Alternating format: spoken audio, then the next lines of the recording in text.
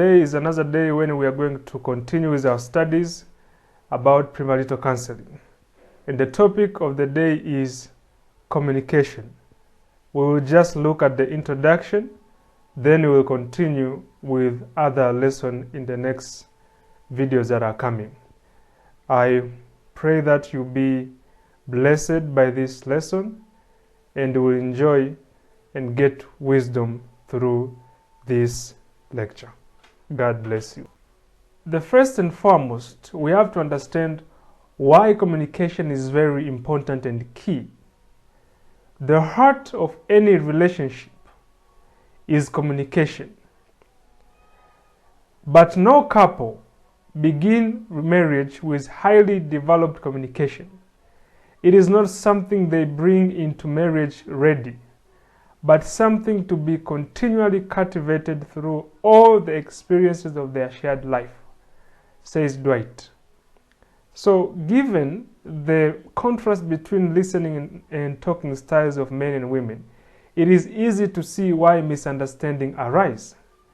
So, today's lesson, we want to emphasize on why communication is important. Why communication is so important in terms of relationship. We know there is a difference between men and women in the way they talk, in the way they listen, in the way they respond. And this is one of the source of misunderstanding and miscommunication.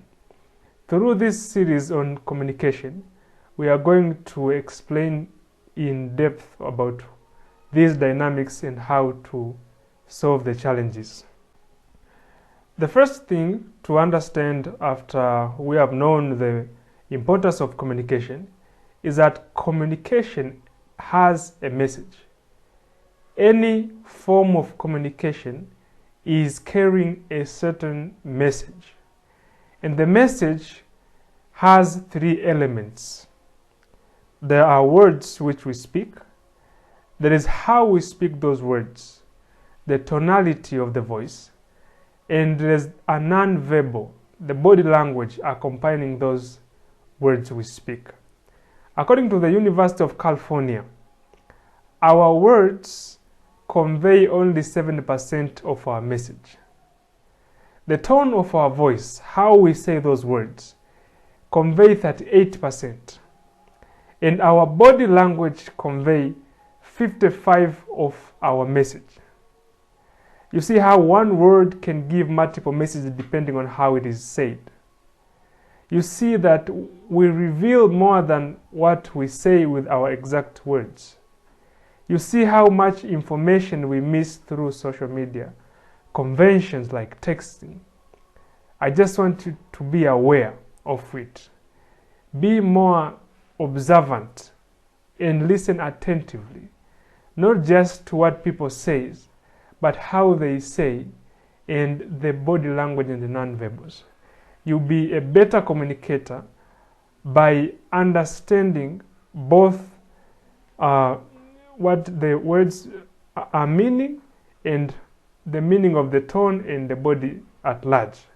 So you should observe broadly and be attentive and focused when it comes to communication with other human beings. Another aspect of communication is the speaker. It is very, very important to understand yourself and what kind of a speaker are you, and how does your communication style affect others who listen to you. Are you loud and noisy, or are you quiet and calm? Are you a slow talker, or are you a fast talker? Are you a condenser, someone who speaks in summaries, or an expander, someone who uses much words? Think of these styles of communication in terms of diversity and not in terms of superiority or inferiority. Majorly, there are three types of communicators. Speakers. There are those who speak better and understand and learn better through visual cues, which they occupy like 65%. We're going to discuss them in detail. There are others who speak better and communicate better through hearing auditory learners, they make up 30% of the general world population. And there are those who speak with their muscles. They want to demonstrate and do things. These are just 5% of the population. These are the minority. So let's begin with the audience to understand these styles of communication through the perspective of the audience. Anywhere you are going to speak, you need to understand that the audience you are speaking with, or the person you are speaking with, will fall into one of these three categories. And the first one is the visual learners. Visual learners occupy about 60 to 65% of people. So there's a possibility that 60 to 65% of the audience you are talking to, or the person you are talking, is a visual learner. These guys will lock you into their eyes as you speak. They like to look at you when you speak. It is as if they listen and talk with their eyes. They understand better through visual cues. If you show them something that they can see, they understand better. Even when they speak, they look up often as if they are gathering data from the sky with eyes. It is better to understand this dynamic for you to become a better communicator, whether in marriage, whether in courtship, whether even presenting before people. The other percentage of the other type of the audience or the person you will meet, they are auditory learners. They learn and understand better through auditory cues, by hearing sounds. So these occupy like 30 to 35% according to the source you have read the percentages. They learn better through hearing. They may listen to you with their eyes closed, but they may surprise you that they remember everything you've just said. Visual people are often offended by these guys because they don't give enough eye contact their counterpart they want.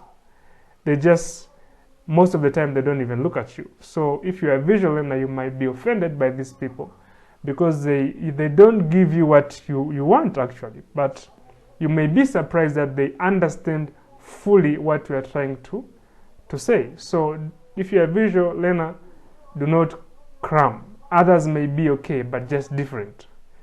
Be able to sympathize with others. Okay, the last one is kinesthetic. Kinesthetic are very rare, and they are the minority in the population. Nevertheless, they occupy like 3 to 5% of the population. So these are the ones that understand better by moving their bodies. They explain with their muscles. These are those guys who will explain physics or poetry or anything. They use anything they could use, legs, hands, back, ears, whatever, to make sure that you understand.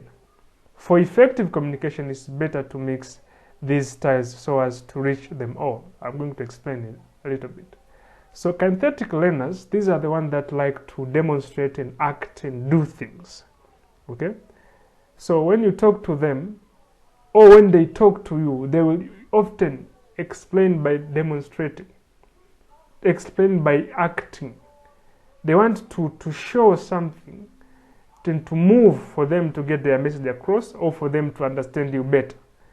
So if you want to communicate with people broadly, which you don't even know, or the audience which you don't understand, it's better to mix all these types of visual, audio, and kinesthetic so that you can reach them all. Because it can be hard for you to instantly to decipher that who is kinesthetic and who is visual, who is auditory. But if you mix all those cues, you are in a better chance to get your message across. So in the next lessons about communication, we are going to look at other aspects of communication and see how they apply to courtship, marriage, and relationships.